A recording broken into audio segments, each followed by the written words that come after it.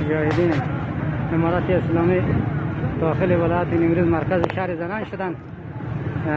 فعلا مردم است که به استقبال مجاهدین آمدند. اینا را می‌بینید همگی به استقبال مجاهدین آمدند. مردم از مجاهدین بسیار استقبال گرم کردند.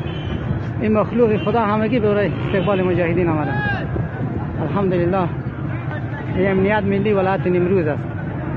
امنیت ملی ولایت نیمروز است که فتح گردیده. مجاهدین به بزرگان مجاهدین داخل امنیت ملی رفتند. مجاهدین داخل امنیت ولایت نیمروز شدند. الحمدلله. اسلام زنده باد. مجاهدین امارت اسلامی زنده باد. قرآن زنده باد. دین زنده باد. این از فضل و مرحمت خداوند و از برکت دعای مسلمان ها هست که امروز حکومت کفر و الحاد الحمدلله از سرزمین ما جمع می شود و فعلا از ولایت نیمروز جمع شده است. تمام مخلوق به استقبال امارت اسلامی این مخلوق است. همگی که معلوم میشه مخلوق است که به دیدن مجاهدین آمدند.